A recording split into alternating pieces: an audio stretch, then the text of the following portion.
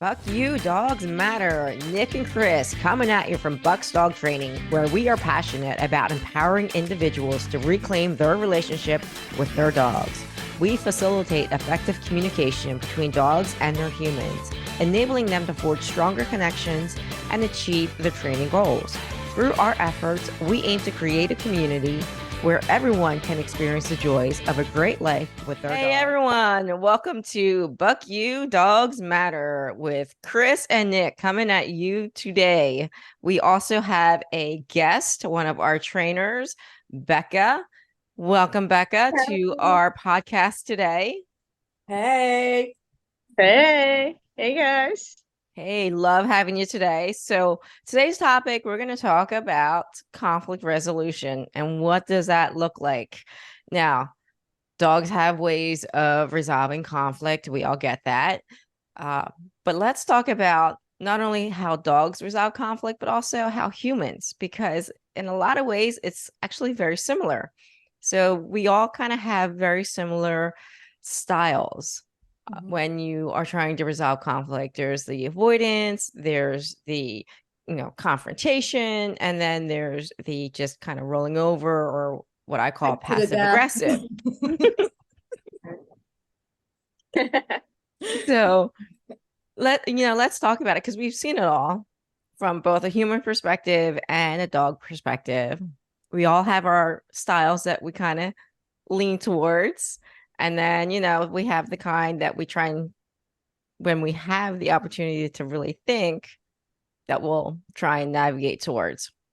So, having said that, what is your resolution when it comes to conflict? How do you handle it? Are you more of a take charge, just get it done? Or are you more passive aggressive, or you just want to avoid the entire thing? Becca first. Go ahead. Oh, me first. Absolutely.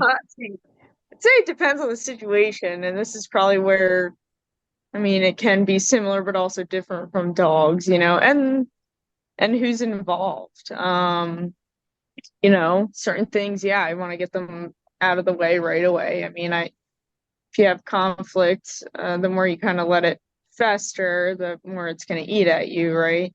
But then there may be conflict that may cause anxiety, where then maybe you want to avoid those things rather than take them head on. So I think for me, it just kind of depends on what the situation is and what kind of conflict is going on. And then, passive aggressiveness could be like, if it's with my fiance, I could be. I was gonna just say, make the announcement. She's getting married, like what, this month? In September, yeah. So nice. Well, congratulations. We're so happy for you. Thank you. I appreciate it. So how do you and your fiance handle conflicts? We address it right away. Good for you. And he's the one that would have to take credit for teaching me that, because I was definitely the person before who would be stubborn and avoid and say it's fine when it's never fine. You know what they say about fine and women? That's the worst word that you can use. Yeah, it's never fine, guys. Don't believe us. No. What's that acronym stand for? I've heard it before. Oh, I don't know. There is an acronym. When a woman says fine, F stands for something, I stands for something, and E. They all stand for. I'm gonna have to look it up. Because I know there's an acronym for that. Well, F stands for F. Yes.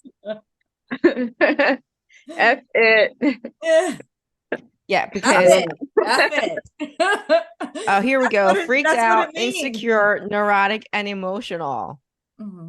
So when a woman says fine, what she really means is she's freaked out, insecure, neurotic, and emotional. Which means we are the exact opposite of fine. Fine. Yeah. So, now we're more about like, I think we've gone to bed angry at each other maybe once or twice, and that was while we were living together. So, but other than that, like, we're very, hey, what's the issue? Let's talk about it and figure it out now. So, and I think it's a lot healthier that way. Definitely. It's much more mature too. And when you see that in dogs, the perfect example, like Naya is a really good example. My dog Naya, she's phenomenal. She has her moments, but she's really good at giving a correction Mhm. and Yeah. dealing with conflict. And she gives very clear messages. Like when she gets uncomfortable, she kind of, shows her teeth a little bit, gives a little growl, gives the dog plenty of warning. Like, dude, Right. back off. And then if Yeah. you don't, you know what's coming, and it will come. She usually Right. doesn't draw blood, but she will latch out and be like, you know what? I gave you the warning. You decide not to listen. So now you're getting the teeth.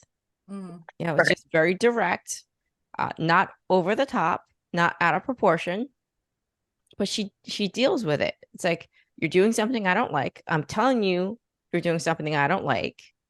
And if you're going to persist in doing it, I'm going to end it. Yeah. It's very clear cut. But then you have I other think dogs kind who of are, like you. it is. Yeah, I was. Naya's Yeah, a it's kind of like Naya's you, a veteran Nicole. mama too, She so is, man. got She the is. experience. She's like, listen, you little Mm-hmm. turkeys, you better listen. Yeah. So Mm-hmm. she's definitely mama bear in there for She sure. definitely is. Yeah. Mhm. But then you got your others, who are much more passive aggressive about it. They just kind of roll over, but then they'll come back at you a little bit. The persistent little annoying. We all, the annoying little brother or sister, the annoying shit that you just want to kick to the curb and be like, leave me alone. I don't want you around. Just stop already. Mhm. But they Yeah. just never stop. But then they'll be first one to turn over and be like, tattle on, oh, they hit me. It's like, you know what? Yeah, get You want to out of hang with the big here. boys, and you got to act like one. Right. Quit telling on mom. Yeah. Yeah. They seek refuge for sure, a lot. Hmm. Yeah. So it's interesting when I see dogs resolve conflict. It's so interesting to watch because Mhm. I can draw a parallel between what dogs do and what people do. Mhm. It's for me, I love doing that, like watching the behavior and seeing how similar and in a lot of ways, but also how dissimilar in some ways that it is, because obviously as humans we would hope, and that's a big if, because let me tell you, I've met some really stupid people, but we would hope that people have enough intelligence to be able to make good choices. But unfortunately we all know that that's not always the case. So just I think it depends on the level of emotion. yeah, absolutely. Yeah, like depends on that level of emotion. Because completely transparent, sometimes I think I could be Lola. I need the muzzle. For those people who don't know, Lola was discussed in her first podcast. She was an Yeah, aggressive check pit that rescue out. mix who literally almost bit the finger off the mother-in-law, and Mhm. she was just straight up challenged. She did not accept anyone telling her anything. She's like, you think you're going to tell me what to do? You think you're going to tell me what to do? Well, let me tell you what I am going to do. And she Right. just would go out and bite. Mhm. So she was just direct on challenge. She did not care, no holds barred. She was just in it, and she was going to win regardless. She was not going to let anyone tell her anything. Yeah, So very I think I'm direct. more that way about my kids and Mhm. and about like my dogs. Yeah. Like if anybody had something to say about my kids, right, or Mhm. say something about my dogs, then that's something for me where I think, yeah, Yeah. there's Fair and take it. Yeah, absolutely. Mhm. yeah, Yeah, like so it's definitely emotion plays it 0 too. to 100. Yeah. Yep. I mean, Lola was like, you looked at me, now you're gonna get eaten. Mhm. mhm. Yeah. That's where you guys differ, Mhm. at least. Oh, Mhm. I think with her it was more of a if she was if it was something that she didn't want to do, right? Mhm. Or if it was in a way that you challenged her, Yeah. Yeah, that was the absolutely. trigger, Yeah. right? Yeah. That was the Mhm. trigger. And Except for men. you know, Men, it didn't matter. And she yeah. was selective to a degree, but certain men, man, like Mhm. Anna told me Yeah. when she first met him, she was like, dude, bring it. Yeah. He didn't even have to do anything. He didn't even have to try and tell her what to do. She just See? didn't like him. she See, just didn't like actually, it. that's so funny because me and Anatoly, the first time we met, it was the same thing too. Uh-huh. So Yeah. I think he just has that reaction. He just generates that reaction in women, Yeah. maybe Hmm. of all species, apparently. Yeah. Yeah. It's because you can't read him. It's like he's just his face, he doesn't show a lot of emotions. Yeah, he's very closed. Mm-hmm. Yeah. Mhm. Hmm. So I do want to talk about, because I think it's important, the dynamics of male and female, both in the dog world and in the human world, and how that plays a part in conflict resolution. Because males typically, they just kind of go at it, boom, they're done. They might have a little bit of a fight, they might throw a couple punches, and then they'll go and have a beer and be best buds. Yes. Just forget. They'll be like, yeah, everything's good. We hashed it out. We're good. We threw a couple punches. Now let's go have a beer and we'll, be the best of friends. Mm-hmm. Women, on the other hand, Not like that. Mm-hmm. I mean, don't get me wrong. I am a strong supporter of women. I hire a lot of female trainers. I really try and support women-owned businesses.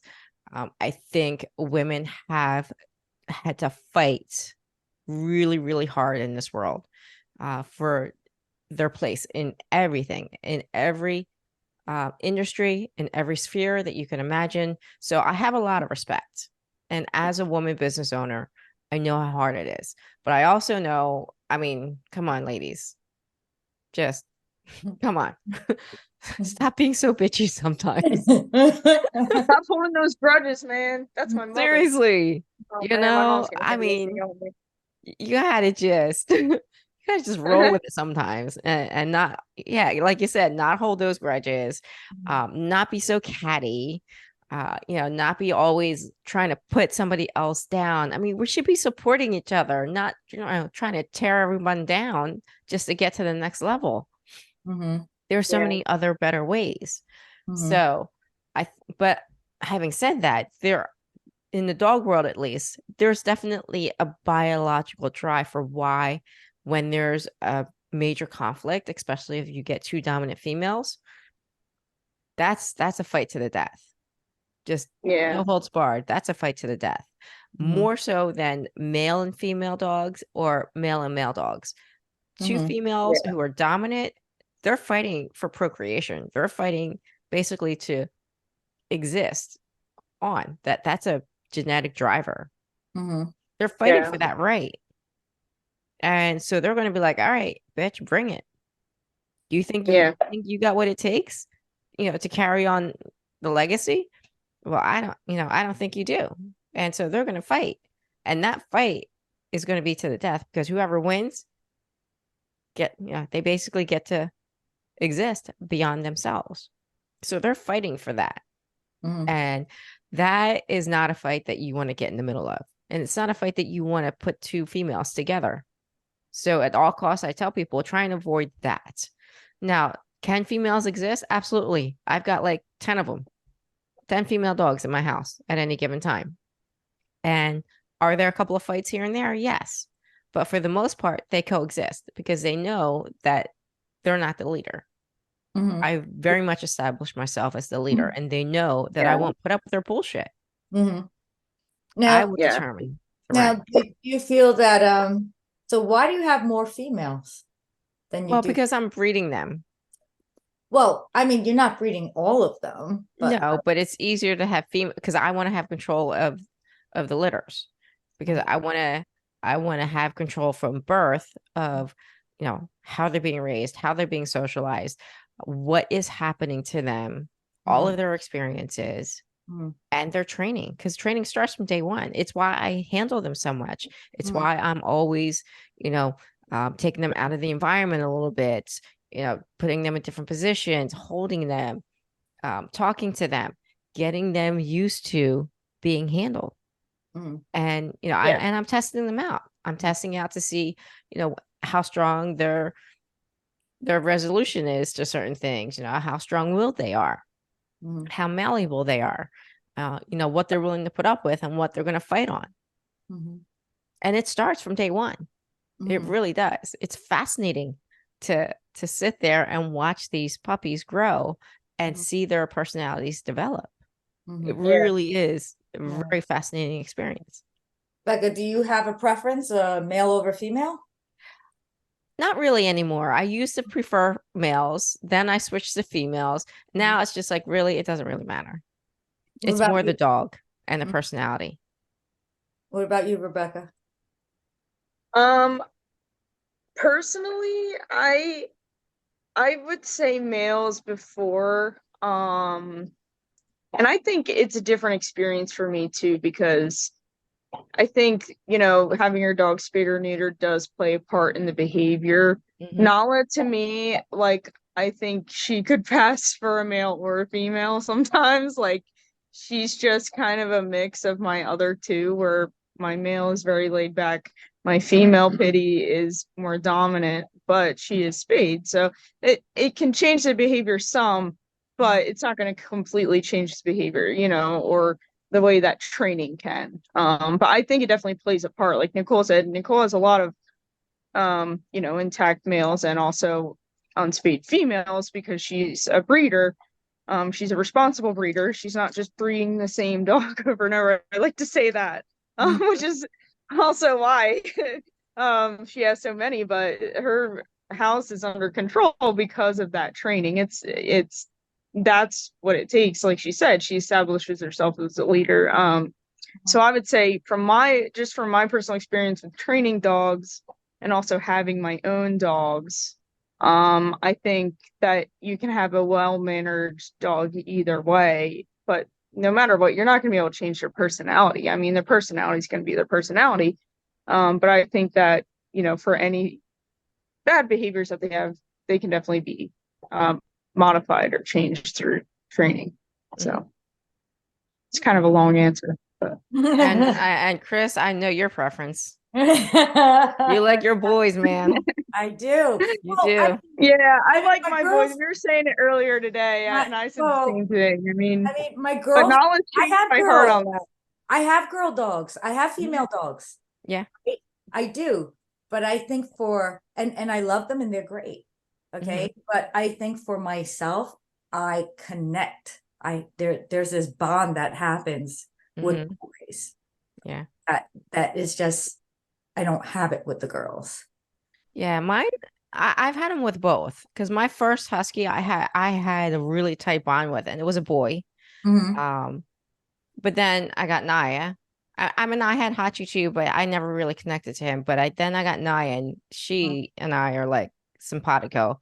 And Yeah. then Cayenne, that girl tried to save my life, so she and I Yeah. have a very tight bond. Mhm. And then of course Betty White, Clearly, she's she just a waited to sweetheart. give birth till you got home. Mhm. I Make know, that like, well, who announcement. does that? She waited an entire Diane week. went past her due date by Yeah. what Yeah, was she it, a waited an couple days? entire week. I'm like, She girl, all waited right, for that's Nicole dedication. to come home. I just had to say that. Like, we were all calling that too. We're like seeing her every day. Her temperature's fluctuating. She's panting. We're like, any minute now. Nope. Mhm. And I even came home a day early because I was like, I knew it. So, 'cause I wasn't supposed to come home, leave until Saturday, sometime Saturday during the day. But I'm Mhm. like, you know what? I feel like I need to get home. I felt it. Yeah. So I left Friday night at like 8 o'clock. I didn't get home until about 1 o'clock in the morning. And then I just laid down in the whooping box with her for a couple hours. She wasn't having her babies yet. And I'm like, okay, let me just go out to bed for a couple hours. I came back down in the morning. And then at 9 o'clock that morning, she started. And then that was it. Mhm. She had Yeah. all six that day. Yep. Yeah. Mhm. That's my Crazy. girl. That's Yeah. my girl. She's my ride or die. You Yeah. ain't going nowhere. Yeah, Yeah. she's my girl. Mhm. But anyway, so I wanted to try and get back to because we get us we get off topic all the time.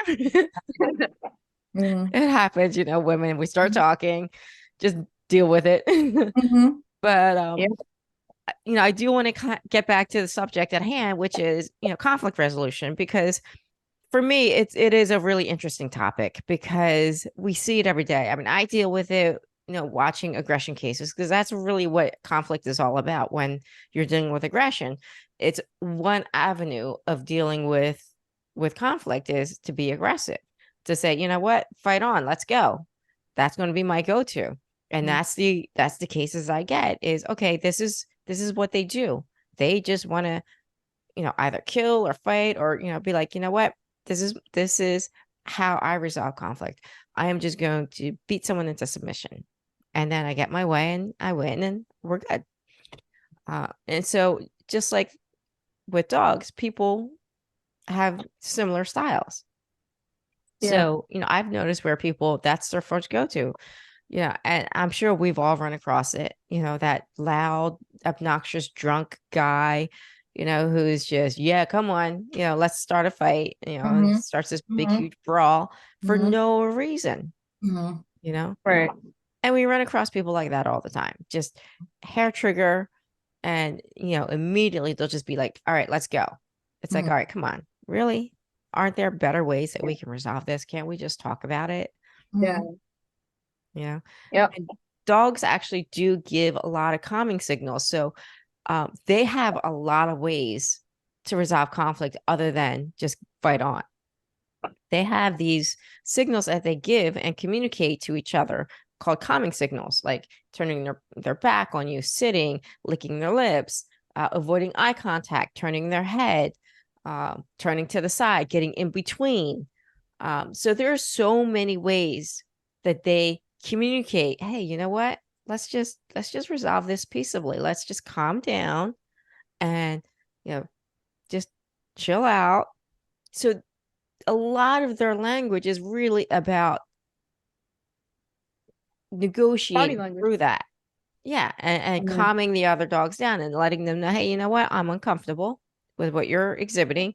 Let's just take a step back and let's resolve this in a polite manner.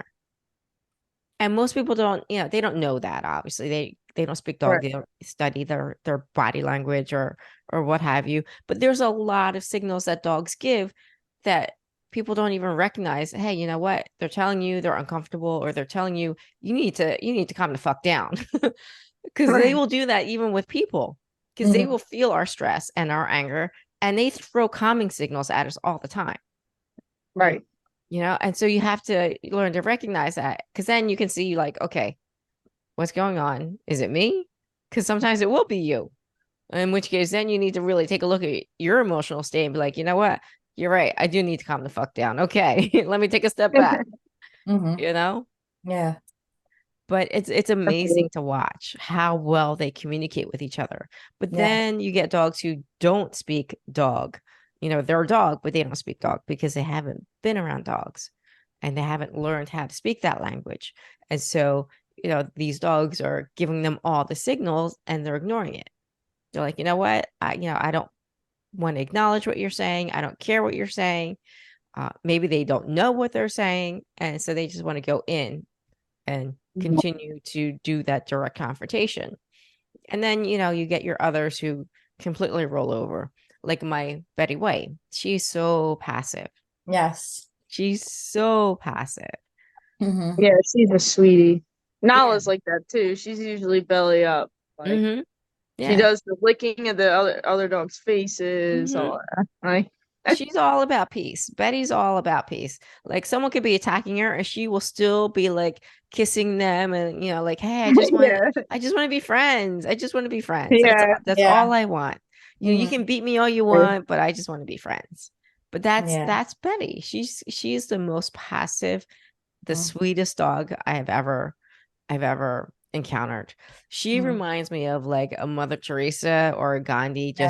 She's like our therapy dog for dogs. Yeah. She's just that's what we call her. Yeah. All about peace, Yeah. And then, and then you have your like Honors and Indies and Arwins of the world where they're just all about boom, direct. All right, you're gonna challenge me? I'm gonna come right back at you. Yeah. You want to challenge me? Really? All right, let's see who wins here. I guarantee it won't be you. My one dog Zion is very avoidant of conflict. He's like, yo, I'm out.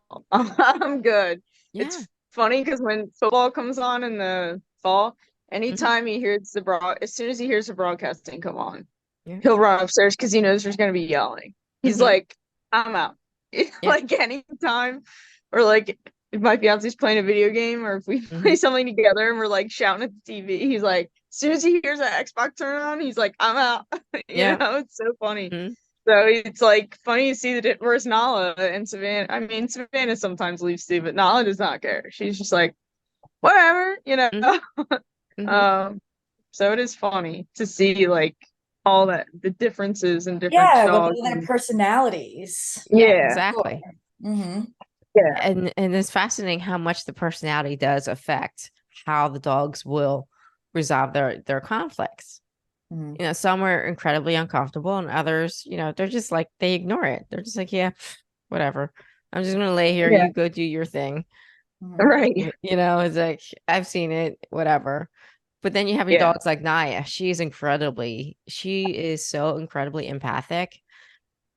When she knows people are upset, she will go up to them and just love on them. She'll try and climb into their lap. She'll try and kiss them. You know, she just tries to Yeah. comfort them. Mm-hmm. She is That's such awesome. an empathic dog. It's amazing to watch her work. Yeah. She'll know when somebody's upset. She just gravitates right to them. She'll lean onto them. She'll try and kiss them. Mm-hmm. And they're like, you know, what are you doing? Right. Yeah. But she understands, she feels that. Mm-hmm. Yeah. And she feels it with me. Like if there's ever time that I'm, you know, not feeling all that great or upset or whatever, man, she'll just come up and lay on top of me and just lay there with me.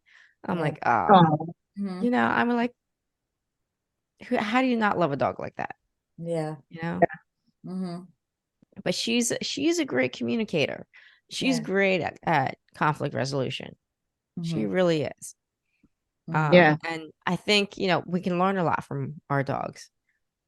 We really can. You know, I think we can learn a lot from, you know, watching how they resolve conflict.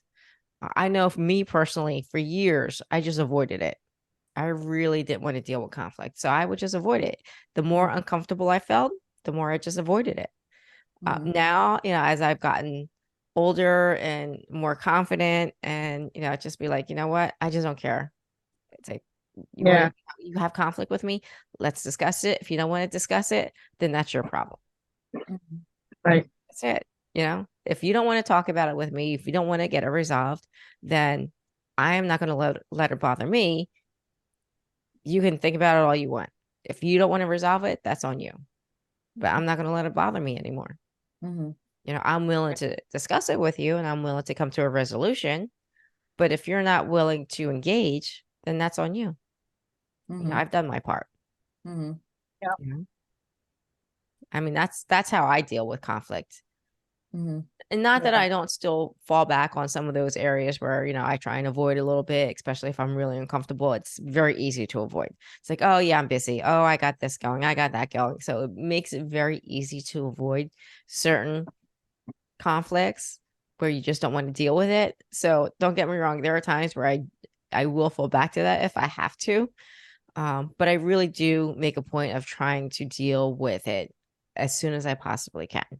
Just because I don't want to have to deal with it and dwell on it. I just want it done, resolved, and over, Mhm. and then move on to the Right. next thing, you know? Mhm. So in a lot of ways, I'm like a dog in that respect. I really am. It's just like, you know what? Boom. Let's get it done. I'm just going to live in the present. I'm not going to think about the past. Just get it done and move on. I mean, Mhm. that's the Yeah. beauty of a dog. Seriously. That's Yeah. the beauty of a dog. They don't live in the past. They live in the present. They don't give a shit about what happened to them, you know, Mhm. unless it was a really traumatic event. But they're Yeah. not sitting there dwelling on, oh my God, on this day and time, this thing happened to me. They don't think like that. It's Mhm. just like, you know Right. what? All right, this is my day. I'm happy. You know, this is happening to me. You know, here's somebody giving me treats. All right, they're asking me to do something. All right, whatever. That's their life. Mhm. Yeah. We should aspire Yeah. to be like that, Mhm. you know, in Right. my opinion. I mean, we should aspire to be like it. We should just Mhm. live in the moments. Yeah, I And think then, T-Bone lives in the moment. yeah, hey, boy, Care he in sure the does. world, that boy. Oh my God, that boy lives He- in the moment. He's But just Talk about conflict and avoiding that pool earlier. I yeah. love that boy though, man. He Like is such a good he boy.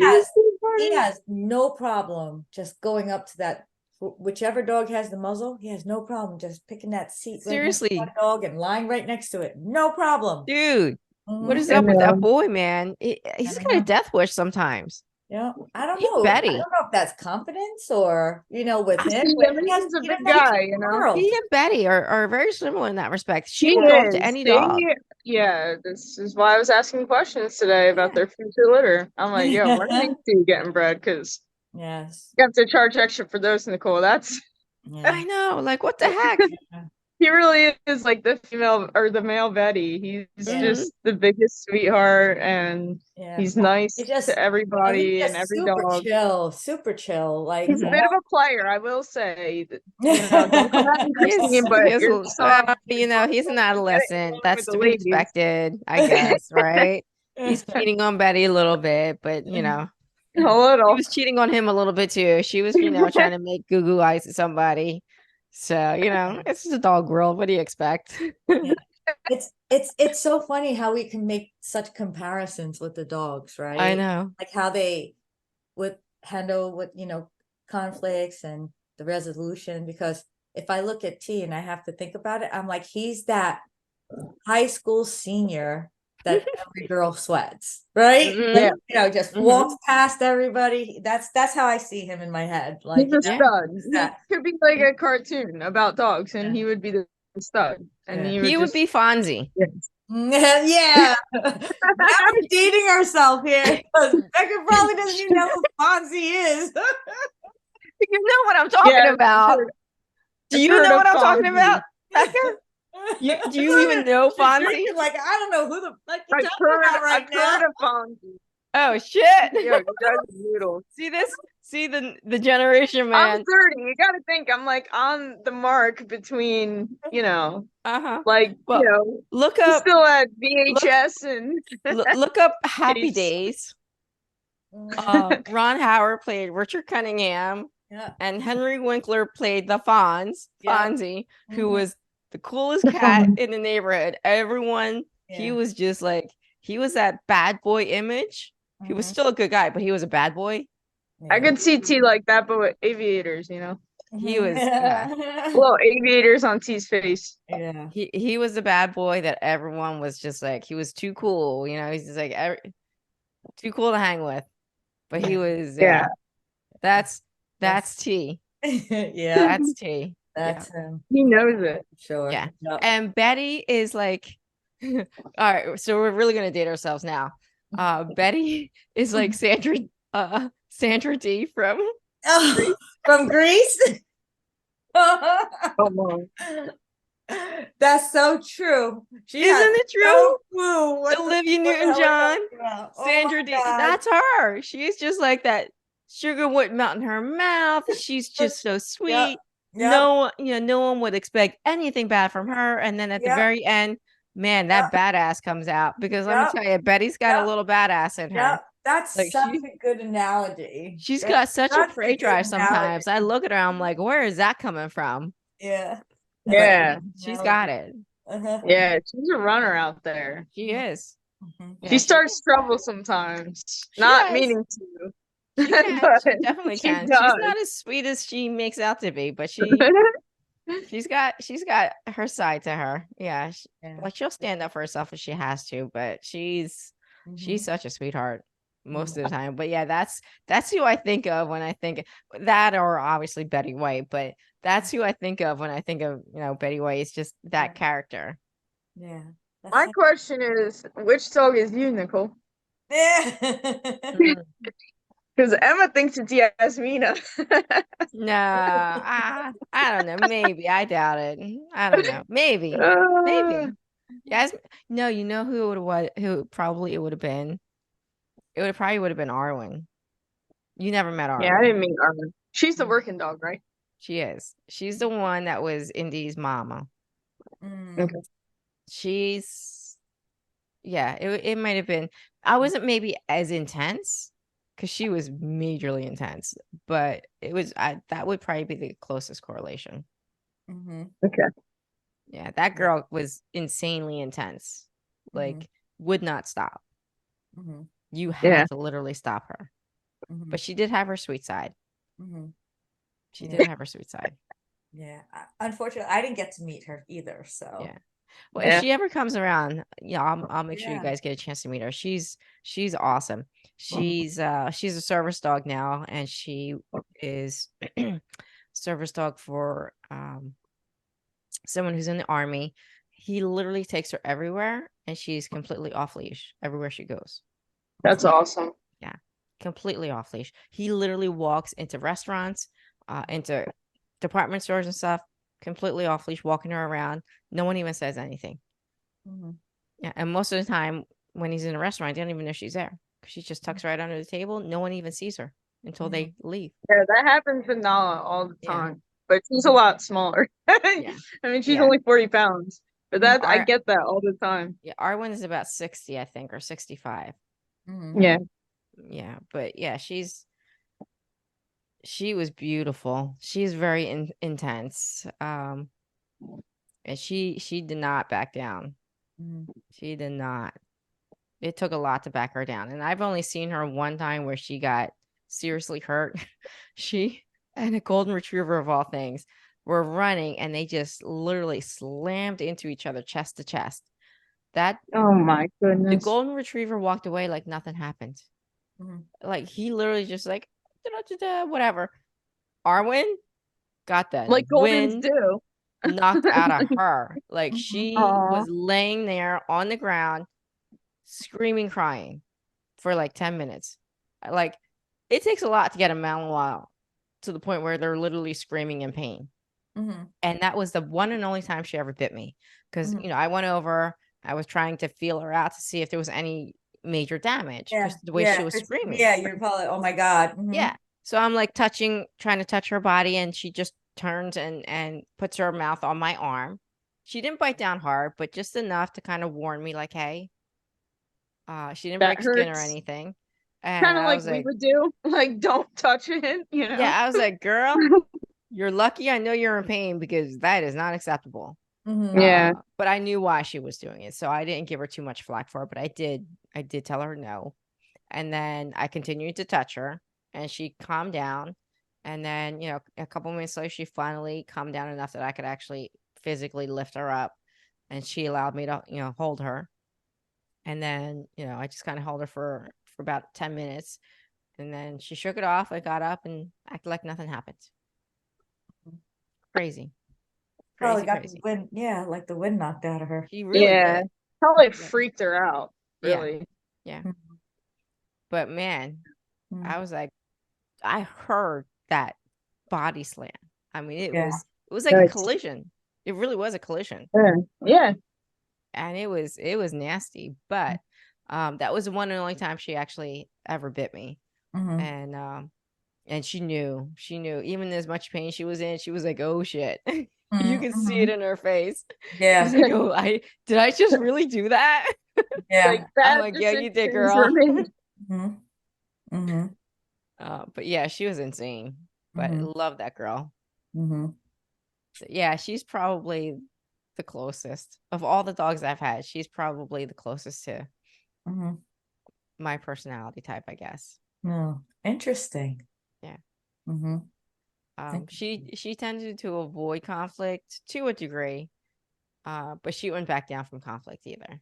Mhm. Yeah, if someone confronted her, she'd be like, So, okay. so she's just basically, she's not looking for trouble. Yeah, But but if it comes looking for her, she's gonna be Yeah. like, all right, let's deal with it. Yep. Probably why no one messes with her in the stores. You Not want to too ask a many. guy in his No. Malinois to leave? No. Yeah, not too many. Not too Mhm. many mess with her. Mhm. But she just really didn't need. She wasn't out there looking for a conflict. Mhm. Yeah, she was just doing her thing, happy go lucky, and then if someone wanted to challenge her, she'd be like, really? Do you really want to challenge me? Mhm. And then if they were like, yeah, she'd be like, Mhm. okay, let's do it. Mhm. Yeah, she wasn't afraid of it, but she wasn't seeking it. Mhm. Yeah. She's like, I'll show you a resolution. That's right. You really want to do this? I'll Okay. resolve the problem for you. Yep, 100%. Mhm. You want to present me with a problem? I'll solve it for you. Yeah. It's So funny. how about you? For What's your me? dog? I mean, I don't know. I don't think I have one of my dogs that, as of right now, like compare with my personality. Well, You how know? about like a dog that you've seen, like in a movie or read Mhm. about in a book, Mhm. like Call of the Wild? I don't even really like Oh, watching those dog movies. I can't handle them. Like No? I can't. I couldn't even finish that one with Richard Gere with the Oh, Hachiko? yeah. Oh my God, I couldn't even finish that. Oh, I that was a couldn't. sad movie though. That was a sad one. Yeah. How what about about Jack London, Balto like or White White Fang and Fang? Call of the Any of Wild? that? Those were good. Listen, I watched Togo with T. Okay. Oh yeah. Well, he is from that line, so Yeah. So that's like yeah. his great great great great Yeah. granddaddy. He was actually watching the movie. Yeah. He's actually watching it. Wait, Yeah. T from Togo's line? Yeah. Mm-hmm. That's crazy. I Yeah. know. Yeah. Yeah. He's this Impala line, so he Oh, comes from the Togo line. Mm-hmm. Yeah. that's nuts. I Yeah. know, right? Isn't that cool? Yeah. So That's why he's so kind of jazzy. super chill, just Hmm. laid back, really calm. Yeah. Mhm. Hmm. She's like, I know, right? Yo, Yeah. She's like, I'm now just for saying. sure I'm taking one of those puppies. Yeah, Hell yeah. I mean, Mhm. Mhm. I'll start saving now. I Yep. know, right? Hmm. Yeah, those babies are gonna be, oh my God, Yeah. They're gonna be they're gonna be perfect. phenomenal. They're gonna Between be both phenomenal. their personalities and their temperaments, I Yeah. mean, I'm already And excited. their looks, Look like. like, I mean, they're beautiful dogs. They're Yeah, just, mm, I know, right? Yeah. I Yeah, know. we'll have to post a picture of Betty and And T. T Yeah. so Yeah. people can see what we're talking about Yes. because these dogs Yeah. We are got to get just it on. Yeah. We got to get it yeah. up here so that way everyone So can see. you've got an all white husky with blue eyes. Actually, one eye she has a little bit of a party eye, Mhm. and then you've got T, who's like shades of gray, Yeah. Like, steel I love gray. it. I love how you like explain maybe that. maybe 50 Mhm. shades of Yeah. gray. Oh Yeah. my goodness. Yes. Mm-hmm. Yeah, we had to throw that in there. You can't you can't not Yes. throw that in Yeah. there. But Yes. that boy does have a lot of shades of gray. Mhm. And Mhm. he's beautiful. So Yeah. he's Mr. Christian Grey. Yes. Pretty much. Mm-hmm. And Betty is, a sweet little girl who's being Mm-hmm. corrupted. Anastasia Steele. That's We're too gonna have our funny. own 50 Shades. Yeah, right? we should And our we should book will create the be 50 coming Shades out. saga. Doggy style.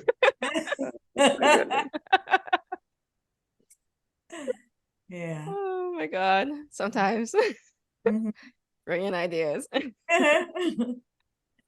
Yeah. least we're having Oh, fun. Yes. Yeah. Sometimes life is so serious. You just have to have fun sometimes. So yes, we laugh a lot, we poke fun, but really at the end of the day, we have two awesome temperament dogs. Yes, they're beautiful, but what's really important is they have beautiful temperaments, wonderful personalities. And these dogs are going to make fantastic, fantastic puppies who majority of them could probably be service dogs. I mean, that's really Yeah. the goal for me. Why I breed is I Mhm. want to find that perfect service dog for the perfect person. Mhm. So that's what yeah. drives me. So I Mhm. look for Yeah. temperament, I look for personality, I look for drive, I look for intelligence, I look for health, obviously. Mhm. And I want to create that perfect dog for the perfect person who needs a service dog.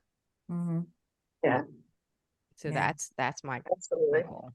Mhm. And I mean, just to add on to that, there's definitely skepticism out there with breeding, right? Absolutely. And and to Nicole's point, it's very difficult. It can be very difficult to find the right, say, rescue to be a service dog. Mhm. She's doing this because the dogs are, sorry if you heard that squeak. Mhm. Now I'm playing with the toy. Because the dogs are you know, she's being able to raise them. Again, see what temperaments. She can kind of pick out which ones are Mhm. going to make a good service dog and which ones maybe just be a good family pet, you know, or whatever. But I think that's big because let me say, even with Nala, I Mhm. mean, I rescued her at 3 months. She was hiding under a chair, terrified of me, of my dogs, everything. Mhm. Um, you know, and a year and a half later, she's come a long way as a service dog, but I still, you know, she's still a little, she will respond to her commands no matter what, but she's still a little skittish of them, some things. She's new humans. She's, Mhm. which is kind of fine with me because she's my service dog. You're not really supposed to be petting her anyway, but you know, new humans, she's a little skittish with. And, Mhm. you know, so when she's in a crowded place, she's definitely a little more anxious than, you know, anywhere else. Will she still follow through with her commands? Yes. But I would just say, as someone who did rescue a dog with the intent to make it a service dog, it's much more of a struggle Yes. than getting, you know, a dog from a reputable breeder who breeds them for pretty much for that purpose. Exactly. Um, so Yeah. I would just like to point that out too, as a, you know, for all those pro rescue, you Mhm. know, against breeders. Listen, I rescued all my dogs, but I think that there are good reputable breeders out there that should be out there. And also, I don't want all breeds to go away. Eventually, all the breeds are going to mix, and we're not going to have, you know, Yes. purebreds anymore. But I do Mhm. think that there are a lot of breeders out there who are not reputable. So it's Yes. really important to do your research. And Exactly. And um, that's a very good point because and I did a live show last year. I did one live show every Wednesday. And that was one of the topics that I covered was breeding, shop versus adopt. And that paradigm of, and the propaganda really, and the people trying to shame everyone. It's like, you know what? Get over yourself. Stop judging. Not everyone can go yeah, out and adopt because, they have certain standards that they have to have in their life. They might have young kids. They don't want to bring a dog in that they don't know the history. They don't know, how good this dog's going to be. They don't know if there's any aggression in this dog. Mhm. You have to be careful and figure out, is this dog going to fit your lifestyle? Mhm. That's being yeah, a we responsible see it person. all the time. Yeah. Yeah, we see it all the time. Hmm. You know, all the time. Yeah. You know, and then people have to pay us to fix that. You know, Exactly. those behaviors. Hmm. You know, and it's a commitment to keep the dog accountable for the rest of its life, even after training. So it's not just like fix it and it'll never show that again. It's more so like these are the boundaries, these are the rules. Now you need to follow them so the dog understands. Exactly. Um, and you know, I've rescued all three of my dogs. I've been lucky with them. But even our first dog, Dominant Pity, had a lot of reactivity issues. That Yeah, but you're a we, trainer. So yeah, how would someone who wasn't a trainer, just, a normal everyday person, be able to deal with that? yeah, no, it was, yeah, exactly. Well, my fiance actually got her before we met, but she's like 11 now, and Hmm. we've been together since she was 3. Hmm. So, you know, she exactly, and other people don't know how to handle that, and No. she's come a long way. Like now, I can bring any dogs in the house. She will tolerate them. Usually, she avoids. Hmm. Usually, I'll be like, "Hey, just go lay down in your bed," you know, and she'll go upstairs in her room. Hmm. Um, but you know, she's before never would have been able to do that. She would have gone after any dog that came in this house. Right. But she came home a huge sweetheart with him. She followed him around everywhere when he got her, you know. Hmm. You don't see those things. The rescue's always going to say, "Oh, you know, they're the sweetest." They don't really always know the dog. Hmm. You know, so it's difficult to know what has happened in her past. And I think she was what, a year and a half? I think she was a year and a half when he got her. So she was young.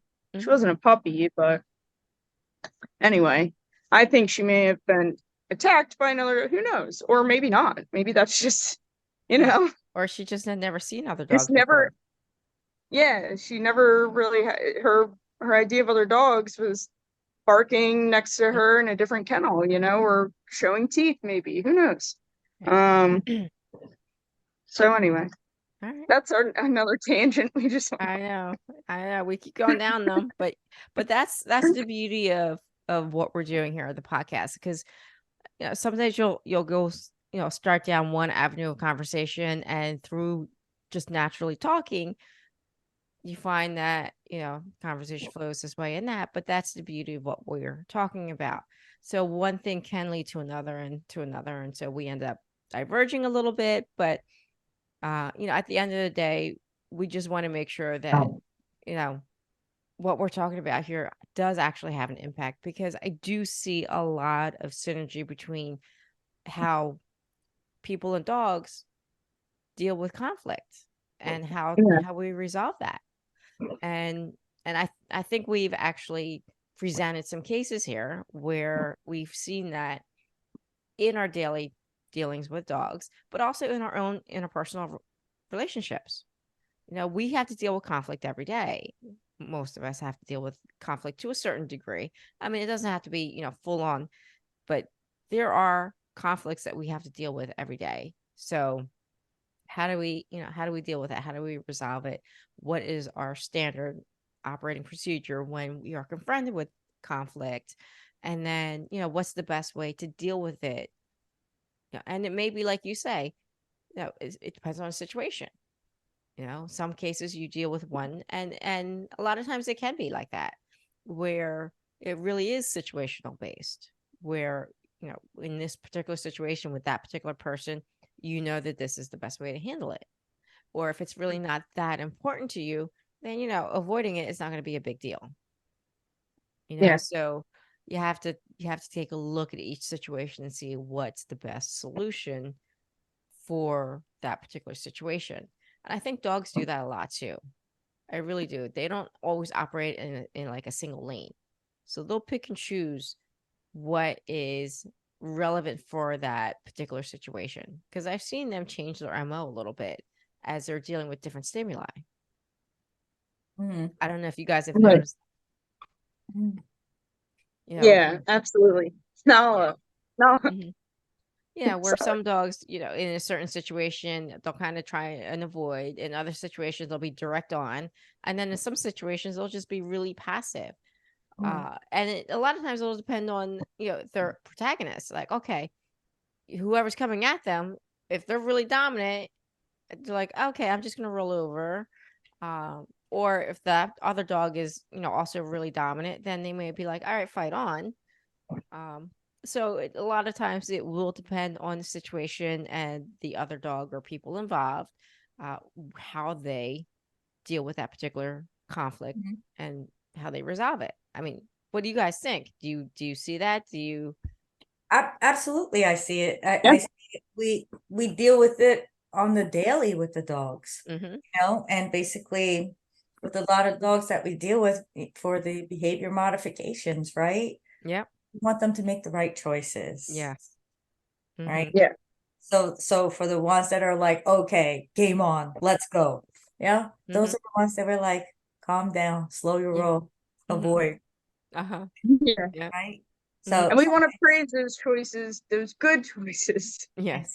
When they happen. I'm very big on that. Like when I see a positive interaction between, a reactive dog and another dog, or I'm very big on, yes, that was great, good job, or giving the dog a treat, giving it pets as praise, whatever is that dog's motivator is very important in that behavior modification. It's not just correction, like, hey, that could potentially be dangerous for you and the other dog. It's also letting them know, hey, you're going to get rewarded. This is what we want from you. And dogs want that direction. Well, that's, reminds me, like today when we did cross training and we had, what was that dog's name? Julie's dog. Yes, Julie's dog. It started with a W, I think. I think that was mine. Wilson was, yeah. Wilson. No, it was the Basset. It was the Basset. Oh, was it? That was Julie's dog. No, I know. I'm saying I don't remember his name. Start with a W. Yeah. But I think his name, anyway, so we had a basset in here who was reactive to dogs, and one of his triggers was when a dog came up from behind or brushed him or touched him or even walked past him from behind. Mhm. And so we did some counter conditioning, we did, some correction, but we wanted to create an association where he wasn't always creating a negative association where he felt like he had to react negatively. Right. So once he Mhm. stopped reacting negatively and he just sat there and tried to avoid, that's when I started giving him lots of treats and counter conditioning and saying, okay, listen, if you're not going to react, I'm going to reward you for that. But I can't Right. get to that point until we get to the point where he is actually exhibiting that behavior and not Right. turning around and growling and wanting to lunge. So, but we were able to actually get to the point where we were able to do that for him and do that counter conditioning and getting him to understand, you know what, these things can actually be a good thing. It's not always a bad thing. It doesn't mean you have to turn around and try and bite that dog.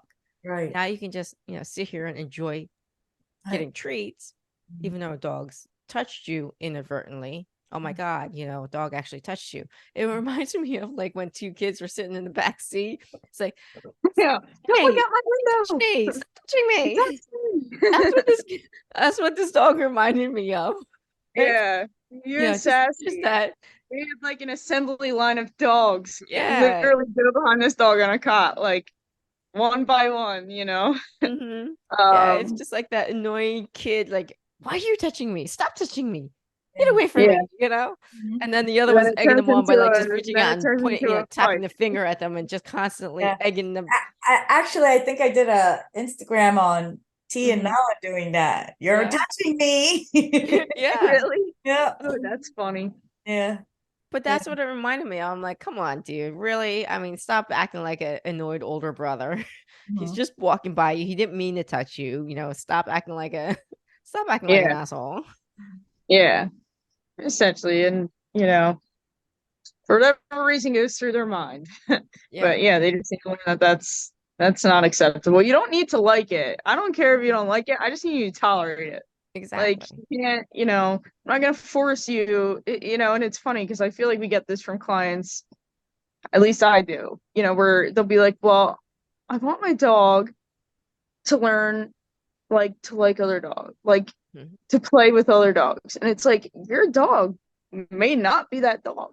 Yeah. Like, Mhm. which is fine. You don't need to Mhm. vicariously live through them or something. Exactly. But we can definitely get your dog to tolerate being around other dogs. And maybe then they will, once they feel Mhm. comfortable, they could exhibit more Right. playful behavior. Mhm. Mhm. But I've seen it where that doesn't always happen either. Exactly. Like some dogs, they may just not prefer it. Yeah. And that's fine, but I still need you to be able to mingle around other dogs Yeah. and okay with it. And that's what I tell clients too. Like if they have two dogs or if there's an issue, you can't expect them to be best friends, Mhm. right? But you Yeah. have no rules that they have to learn to cohabitate with each other. Yeah. Yeah. Like siblings who don't like each other. Exactly. Some siblings are closer than others, Mhm. Um, Yeah. especially if there's multiple. You may like the one more than the other, or hang out with the one more than the other. It's kind of so relating it back to people and conflict. Say Mhm. we kind of stayed on topic for that. Yeah. Mhm. And I always try and tell clients too, because I hear a lot, oh, I just want my dog to be happy. I'm like, well, what do you think happy looks like? And I'm like, oh, when they're excited and they wag their tail. And I look at them, I said, no. I said, that's when they're the least happiest. And they're like, Yeah. they just get taken aback. They're like, Yeah, that's what? still huge. It's still amazing to me how people think wagging tail means. Yeah, It's like, no, that could very well mean your dog's ready to go at somebody. Like exactly. it, Yeah, it just means excitement, not Mhm. necessarily in a good way. Exactly. And they look so crestfallen. They're like, what, really? Like, I thought they were so happy and I encourage that. And I'm like, yes, that's why your dog behaves the way it does, because you were actually Right. encouraging the wrong behavior and the wrong state of Yeah. mind. And they're like, oh, light bulb moment. Yeah, it's kind of like people who, when their dogs are like Velcro Yes. and they shake because they're so nervous when they come in. Mhm. It's kind of like how they go, you're okay, and they're petting them, and I'm like, please stop right there. Like, you are just giving positive reinforcement to that behavior. You know, your dog is just constantly thinking that this is good to be this nervous all the time. Right. Which is, I feel like I get that a lot. Yeah. I don't know about you guys. Yeah. But it's what always like, I "You're find okay." to be interesting is when I was doing some research into like positive only and all this stuff. Yeah. One of the things that I read, which I just still sticks in my head and I just laugh about, is they actually make the comment that, you know, you can't use balance training because what you're trying to, you can't train feelings. Like you can't use training to affect feeling, is what they were saying. Like the way a dog feels can't be affected by any type of training methodology. And I'm like, okay, that just makes no sense, because Yeah. what a dog thinks and acts is based on how they feel. Right. So if they're feeling dominant, if they're feeling aggressive, if they're feeling anxious, certain behaviors will be generated because of that. So you absolutely can affect a dog's feelings. And case in point, I've seen it when I take a dog's tail that's tucked under and bring it up, and I just hold it up. Just that alone changes their mindset enough that they can actually navigate a little bit and get out of their head and actually able to move. Yeah. Getting them from a shutdown state into a more stable just by moving with them, getting them to move fast, getting their tail up, getting their head out of their ass, basically, and, you know, getting them into a frame of mind of just moving forward. Yeah. That changes their feelings, people. That changes their feelings. How does it not change their feelings? They went suddenly from feeling anxious to feeling neutral, happy-go-lucky, Or calmer, exactly, more confident, you know? And I think that's how we all start with anxious dogs, right? Is we get them moving with us. exactly. Hey, you're moving with us. We're just, you know, walking around, getting you to come to me with some leash pressure. You know, it's just getting them comfortable in that environment. Realize, hey, nothing bad is happening here. You know, so. What do you think, Chris? No, I agree with that. Like, I mean, every dog is gonna have a different situation, right? Every dog's gonna have a different situation, but with every dog that comes in that has some form of behavioral issue, for me, it's I don't ask anything in the very beginning. Just acknowledge my existence with all of them. Just acknowledge me. And I'm just trying to get to know the dog, create a bond. Just the dog will tell us. Yeah. I wait for the dog to tell me. The Yeah. dog's always going to tell us what's wrong. Yeah. Right. 100%. And every single time that's how I do it. Like, and I tell the owners the reason why they're like 3 weeks. I said sometimes 4. Yes. Right. And I Depends said, on how shut down your dog is. yes. Yeah, it's not just aggression that needs that time. It's definitely a very fearful, you know, anxious dog. And that's why I didn't say aggression. I said behavioral, because it's not just about aggression in that way. Yeah, it's not. Right? I mean, working through that fear is just as difficult, in my opinion. It's more difficult, in my opinion.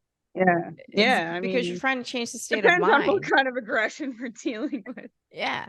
I would deal, and I've said this to people, I would deal with aggression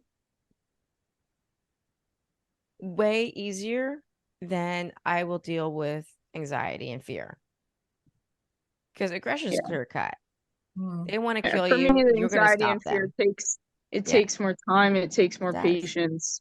You have to confidence build. You have to get that dog to the point where he's not so skittish that he can actually trust you. You have to build that trust, and that can take a really long time. Yeah. Yep. You know? See, when I think of, you know, I mean, Blue was my biggest aggression case so far, and he had both.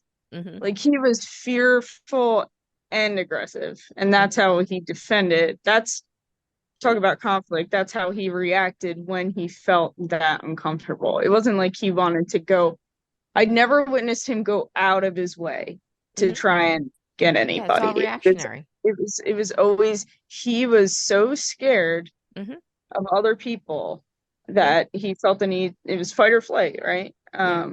Well, and that's So how yeah, dogs learn. And when they're yeah, fearful, it's like, okay, I'm afraid if I do this, they go away, I feel more comfortable. That's right. that's the process that they've learned. And so that's what they do. Yes. And they'll do it again and again and again because it works for them And until they owners will realize, coddle that, yeah, they avoid. until they meet Yeah. trainers like us who say, we're not going away. No. You Yeah. can bite all you want, you can try all you want, but we're not going away. And they're like, Yeah. oh shit. Mhm. Well, that didn't work. Now what do I do? Mhm. Now Right. what do I do? That's what they're used to. Yeah. Used to Yeah. them being like, oh, Cookie. You Yeah. don't like Yeah, that? let me throw food at you. Yeah. Yeah. Let's make this a I would more positive experience I then, would but we'll still love let you for run them away. to have met Cheska. I would love for them to have met Cheska Yeah. because let me tell you, that girl did not want food. We were giving her a rotisserie chicken and she was just like spitting it out at spitting it at us. She's like, I Aw. don't want that. She was just Yeah. nasty. Mhm. And then Yikes. she was like kissing my face. Yeah. Oh, I think I have that video. She was literally Yeah. kissing my face. Mhm. And then she turned Yeah. around and bit me. Oh, like, Mhm. you bitch. Not my face, luckily, but I was like, Yeah. seriously? Yeah. Mhm. Oh man. Yeah, she It's was, back to the females, man. I don't know. I I'm think telling you, that is the think I'm worst. leaning more with Chris on this. I had two, we had two female, one was a pity and one was a pity boxer mix. They lived in the same house. These dogs, I got an emergency call. They said, because they were supposed to come in for training, but they weren't supposed to come in until a little bit later. But they got into this brawl, nasty, blood everywhere, lacerations, punctures. I felt like I was a freaking vet that day. We had to drive to their house, Yeah. pick up these dogs, and they were covered in blood. I'm like, are you sure you don't want us to take them to the vet? Because I'm thinking, this looks pretty nasty. Wow. But we got him to the facility. We cleaned them all up, and then once we cleaned it up, we realized it wasn't quite as bad as it looked. But there were a couple that were pretty, could have used a stitch or two. Mhm. But we cleaned them up as much as we could. We put bandages where we could, and then we trained them up. We separated them into two different houses, and then trained them, brought them together as much as we could. But two females, both dominant, both like fighting for that position. Yeah. And just one little spark is enough to boom, fight on. And they just Yeah. they had it in for each other. They really, really did. Yeah. And yeah, it got nasty. That's all it takes is one One little heightened spark. energy moment. Yeah. You know? Yeah. Yeah. And it was nasty, but we were able to get them under control. And then, we told the owners, this is not going to be happy go lucky. You're going to have to manage. This is going Yeah. to be a Right. management situation. Mhm. You're going to have one on a muzzle, the one that was basically the antagonist. You're Mhm. going to have that one on the muzzle because this one of these days, if you're not careful, one's going to kill the other. Mhm. Yeah. So no matter how much we train them, if they don't keep up with it and are 100% vigilant, one little spark, that's it. Fight on. Mhm. Yeah. And there's only so much you can do with a knee collar. There's only so much you can do with, tools. Mhm. When they're that insistent that they want to kill each other, there are some times where you just have to say, you know what, these two they just shouldn't live together. You're gonna have to rehome one. Mhm. Because Yeah. just like with humans, dogs do have personalities, but they also don't always like everybody. Mhm. People think, oh, dogs, they're going to love everybody. People, that's not true. It Nope. is 100% not true. Mhm. You'll have Yeah. a dog who absolutely loves one dog and completely hates another. Mhm. And for Yeah. no reason. It's just, Mhm. you know what? I don't like the look of that dog, smell of that dog, something about that Well, dog. Boom. yeah, well, that's exactly like how people are too, right? For the Exactly. most part, Right. Yeah. we can go to social events, Yes. right? Find people that have common interest, Yes. have conversations, and Mhm. then you just can kind of feel the vibes off of someone that Yeah. you just don't mesh very well with them, Yeah. Exactly. Yeah. right? Mm-hmm. And dogs Yeah. are the same way. Yeah. So I always try and tell people your dogs don't have to like everybody. Mhm. They don't have to be friends with everybody. They're just not allowed to attack anybody. Mhm. They have to Period. tolerate. Yeah. They just need to tolerate it. Mm-hmm. Yeah. Yeah. So they can avoid, Mhm. they can walk away, they can just sit there and tolerate, Mhm. or they can just lay down and just avoid the entire situation, but they are not allowed to attack. That's just Mhm. not acceptable. Period. Yeah. Yeah. So we are, I think, almost up to our hour mark, but I Mhm. wanted to give everyone last opportunity to see if there's anything else that they wanted to bring to the table. I'm good. Yeah. Well, I think the only thing would be that how I would also compare like people with dogs Mhm. is about confidence, right? Yes. When we're insecure, Yes. or if a dog is insecure, Mm-hmm. what is it for us to do to give them the encouragement, the support, and bring out their confidence, right? Yes. That's where we put them a lot on the agility equipment because they're like, no, no, no, no, no, no, I can't do this, I can do this. And we're like, yes, you can, yes, you can. Come on, show me, show me, show me, bring it. Right. And then once they get up there and they realize that they did it, boom, Mhm. what's going on? They're doing it, they're jumping on that A-frame. They're like, Right. oh, Yeah. 6 foot, no problem. They're going Yeah. for the Yeah. 12, right? Yeah. And I think that too many people sometimes are afraid to step out of their comfort zone. Exactly. Yes. And I think for us, because we work with the dogs and we give them that encouragement and we can show and proof and say, yes, Mhm. like you see the change happen, right? Yes. That a lot of times, even for ourselves, or even for people that we know, Mm-hmm. it's about saying, step out of that comfort zone. Yes. Yeah. 100%. And that applies with so many things in life, So right? Yeah. it's Like, interesting that you Mhm. bring that up because I think as trainers, we acknowledge that it has to happen. But how many trainers do you know that have a hard time actually practicing what they preach or what they teach? Right. Because that's an for interesting, themselves, yes. yeah, Mhm. yeah, For themselves. yeah, And I think absolutely. it's easier Mm-hmm. to feel as a human, it's Yes, easier to want to help someone yes. Then to than help to ourselves. identify that for yourself, Yeah. right? So some people who may need the help or Mhm. that type of encouragement, they can't do it for themselves. But what also happens is when you can help one of the dogs come through that, Yes. that's the part inside, that's the reward, right? Yeah. Because deep inside, you can kind of relate to that. Maybe Mhm. you could do it for yourself. Right. You're able to help the dog to do it, Exactly. right? Yeah. Mhm. But it's interesting when I see that. I see a trainer working a dog and working it through its paces and challenging it and Mhm. making it deal with the discomfort till it gets to that point where it Mhm. starts to accept and get comfortable with the discomfort until eventually it gets confident and is no longer uncomfortable. Mhm. And then I see in their own lives where they're not willing to challenge themselves and get to that Right. level.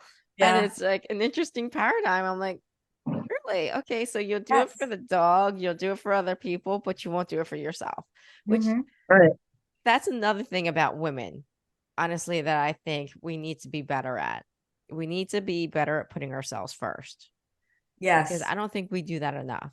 I really don't because we're engineered and we're almost indoctrinated from birth that we should put ourselves last, that we should put everyone else first. You We're know, the nurturers. exactly. Put your family first, put your husband first, put your kids first, put everyone else first, and then you always come in if you're lucky, a second, but more than likely you're just last.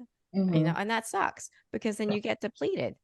And oftentimes you don't have anyone there to kind of fill that bucket for you.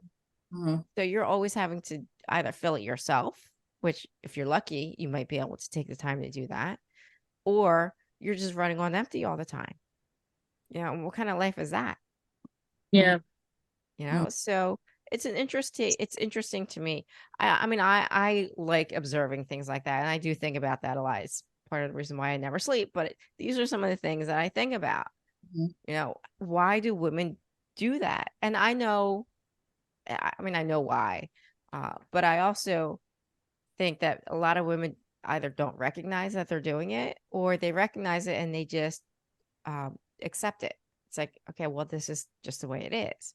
Mhm. And I'm always thinking, well, why? Why are you just accepting that? And Mhm. I did it for a long time, so I get it. Yeah, Mhm. I accepted that. I always put myself last, and I still find myself doing that a lot. And I have to tell myself a lot of times not to do that. And I was Right. just having a conversation with a friend of mine who she's got 3 rules.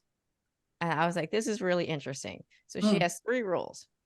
And hopefully I remember them. Yeah, If I share don't, it. I will get back to you with them. But one is never help or stop helping someone who won't help themselves. So Mhm. don't be an enabler, basically. If they're not willing to help themselves, don't do more for them than they are willing to do for themselves. Mhm. Okay. Um, Rule number 2 was, I think this is the one that I'm going to forget. That is the one I'm going to forget. But the third one, the third one is the one that she would always forget, is the one where put yourself first, or put yourself at least in the top 3. Mhm. Make yourself at least the top 3 priority. And at some point in time, you always have to put yourself at least the number 1 priority, but you should always be at least in the top 3. And most women don't do that. And I said to her a couple days later, I'm like, it's pretty interesting that that's the one thing that you would forget constantly. Mhm. And to me, that's like the most important, Yeah. is putting yourself first, or at Yeah. least in the top 3. And Or that's the it's, one that you keep forgetting. Like, really? yeah, well, it's more like if you don't take care of yourself, then how are you going to take care of others, right? You got to take Exactly. care of yourself so you can take care of others. Or if you don't Hmm. love yourself, Yeah. I mean, it seems then how are you going to counterintuitive. love someone else, Yeah. And right? then Yeah, people will I take that and think run so. with it, though. They're Yeah. like, oh, well, you're telling me I have to love myself. I have to be, think of myself first. I have to be a priority. So that's what I'm going to do. And everyone else comes second. But it's like, but then you're not really putting anyone else. You're always putting yourself first, and everyone else comes a distant second. And that's not what we're saying. You have to, Yeah. at certain points, you have to switch up that priority. You Mhm. can't always put yourself first, but Mhm. you can't always put yourself last. Mhm. And I Yeah. think a lot of people like will take that and be oh, well, you said I had to put myself first, so Oh, now I'm going to do it all the time, and I'm going to just be a selfish SOB, and this is the way I'm supposed to be. It's like, no, I, that's I not think that's I, not what we're saying, I people. think I think this kind of relates to our last episode about finding Hmm. life balance. Yes, yes. And Becca, how we were saying about being a dog trainer, Hmm. dogs that come home and live with us, the board and trains. Hmm. How Mhm. much of a life do you have for yourself? Yeah. Because Yeah. everything for us evolves around these dogs, these living beings that we're responsible Yeah. for, right? Hmm. Absolutely. And really, it's hard to balance because you have a responsibility, you have this nurturing, right? Yeah. You have to take care of. Um, and when do you find time for yourself? I think that's why there's more women dog trainers than men. Mm, I truly do, yeah. Yeah. because this You is a think so? very You really think female that there's more dominated female? industry. You think that there's more female Yes, dog 100%. trainers? Mm-hmm. I can look up the statistics, but I'm pretty positive that females outweigh the males when it comes to dog training. Mm-hmm. You know what I find, and you guys tell me your opinion on this.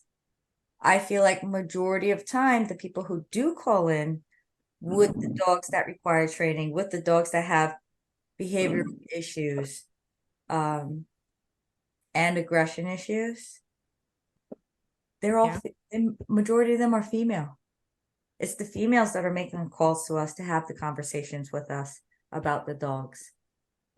I just feel I it's think there's a good amount of female. I mean, I've had both. I don't. I So the mean, statistic but says, according to I think just females are more difficult. yeah, a Google search, 61.1% female trainers versus 38.9% male trainers. interesting. Okay. Well, Yeah. I remember back when I was in college, and I don't know if this is still the same statistic as it was then. But it was, I remember talking about this, and I was an exercise science major, so a lot of health classes, and but I remember talking about this and women versus men, and it was interesting because women tend to have more heart attack hospitalizations than men, and it was because they would just kind of brush off the symptoms, like you're taking care of everybody else, you're not listening to your body. And then a lot of times they would find antacids. They would look for antacids in the women's stomach first because they knew that they probably just thought it was heartburn and just passed it off as heartburn, or Yeah. oh, that chest pain just must be from that. So I always thought that was really interesting too. um because it's true, we tend to focus on everyone else around us, but then kind of Mhm. worry about us last. Yeah. Well, here's an interesting article I just found on Dog Star Daily. And it says, why do women dominate the dog training field? And it basically drills down to three main points. All things being equal, a woman's body language is more dog friendly than a man's. Most men have to work harder to be equal handlers, while women become better trainers faster and are more apt to stick with it, probably because we're more nurturing. And then girls, too, girls are allowed, in quotations, to be more empathetic than boys. This makes them more open to careers like animal training that may not pay the bills as well, but are ultimately more rewarding. And then third, men tend to gravitate towards Caesar's style of training and his ideas. Meanwhile, more than 90% of the people that seek out dog training help are women, and they will most likely prefer a woman's methods. Hmm. Isn't that interesting? Yeah. Yeah. I mean, that's what I'm saying. I definitely feel we have a lot more women reaching out to us, at least in my experience, Yeah. Yeah. than men. Mm-hmm. And I think it's because Oh, you meant the client, Christine? yes, I thought you were talking about, never the mind, I was on dogs. the wrong page. I thought you were talking about, Oh, Yeah, I the thought you were dog's talking getting on about the phone. aggressive, no. like I thought you were talking about like dogs, female Yeah, dogs sounding no, more aggressive. no. I'm Yeah. sorry. I was referring to the clients that call in. Mm-hmm. They're Yeah. They're mainly predominantly women. women. Yeah. Or I find that they're men who are pretty Really not like sensitive. sensitive, but more sensitive than, like, and that want a better life for the dog, Nala, no. Well, they're trying to humanize dogs more too. And I Hmm. think that plays a big part in a lot of the problems that we see. People are just humanizing them way, way too much, and that's got to stop. Yeah. But Mhm. I think, back to the male female dynamic, I think the reason why there are so many more female trainers than male trainers is this job is incredibly nurturing. You have to be incredibly nurturing to do this job effectively, especially the way we do it, where Yeah. the dogs are living with us. You Mhm. have to take care of them. You have to Yeah. pretty much have eyes on them 24/7. It's like raising a freaking baby. Mhm. And Yeah, and we see it every week in cross training how they bond to us. Yeah. They're when we have to hand our dogs off, it's like, the dog's always looking at its trainer that it's Yeah. assigned to. It's like, can I just go back with her? I'm not feeling you, Yeah. Yeah. Yeah. So it's funny because we do it. They bond to us. I mean, Mhm. and it's pretty quick. I mean, most dogs it's pretty quick within the first, some dogs it's just a few minutes, but some dogs it's, usually within the first 1 or 2 days, they're like, okay, Mhm. you're my new Alright. human for now. And Exactly. Yeah. So I mean, it tears the owner's hearts out when they see that or they hear that. But Yeah. dogs live in the present. And I Mhm. try and tell people, I'm like, they're Yeah. gonna remember you, but they Mhm. live in the present. They're gonna they bond will to remember whoever's in you, front of but they're them. not right. And I think a lot of owners project in that thinking, Yeah, oh, they're gonna think I abandoned that. Like, exactly. I'm sorry, no offense. 15 minutes from now, after you drop them off, they're gonna be focused on what's happening in this room, not we're like, it's like they'll think about it the next maybe couple minutes after you leave, like, where did you go? And then they're Mhm. gonna drop it, and then they're gonna start working and forget everything that just happened. Like, Yeah. and Dogs are I always remind opportunistic. owners of that, They're very and I get opportunistic. it. Yeah. Yeah. They're not gonna care. They're gonna be like, all right, how do I get what I want from this person now? Because this is who's in front Yeah. of me, and this is who's gonna provide me what I need. So what do I have to do? Right. That's how they Yeah. think. I mean, I get it. I would be in tears if I had to bring Nala somewhere and board her for like 2 weeks, which Mhm. would never happen. But Mhm. at the same time, I would understand that's me feeling that way. Like, she'll be cool, Yeah. like, I don't Exactly. need to project on her, like, Mhm. you might not make it, Right. It's like, and I've seen owners cry when they're leaving. Oh, Yeah. yeah. I do it all I'm the like, time. it's okay. I'll even give them a hug. I'm like, it's okay. Yeah. But then the I've dog. done that too. Well, Yeah. initially they say, oh, they're so worried about the dog having the separation anxiety. Yeah. Dogs standing there just fine. And then they're the ones that end up Yeah. getting, Having They're a the ones that are separation anxious. anxiety. It's Yeah. not the dog. yeah, It's the human. yeah, it is. It is. That's so true. Yeah. Yes. Yeah. Yeah, Mhm. that's So. crazy. Mhm. All right. I think we had a great podcast today. Keep posted for next week's topic. Mhm. And we will be back in exactly 1 week. And we will discuss, I'm not sure what we're going to discuss, but we will let everyone know what that topic will be. And thank you, everyone, for joining. Thank you, Becca, for joining. I think we had a very interesting Yeah. conversation. It Yes. went a Thank you, little guys. sideways here and there, but it was all It's really it's good real discussion. talk, It's Yeah. real talk. That's what it Mhm. is. Yeah. And that's what this is about. It's about having that dialogue. It's about understanding, what we do and the impact that it has, but also personally the impact it has on us and our own interpersonal relationships. And I think it's important to know and identify, how we resolve conflict because we're dealing with it every day. We're dealing with it with the dogs that we work with. And if we don't have at least some base level of understanding, how are you going to be able to really work and communicate with your dog when they're Right. trying to communicate to you every day? Hey, listen, I'm uncomfortable. Hey, you know what? I don't want this tension. And you just keep coming at it.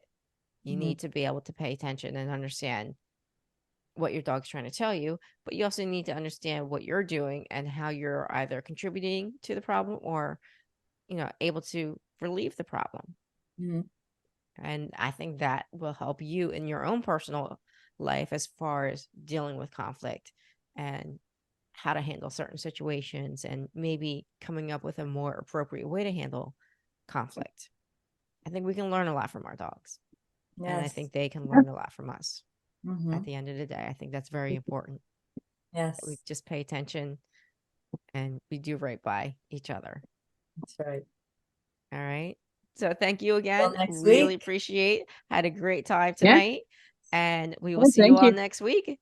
All right. Can't wait. Take care, everyone. Have a great Bye. night.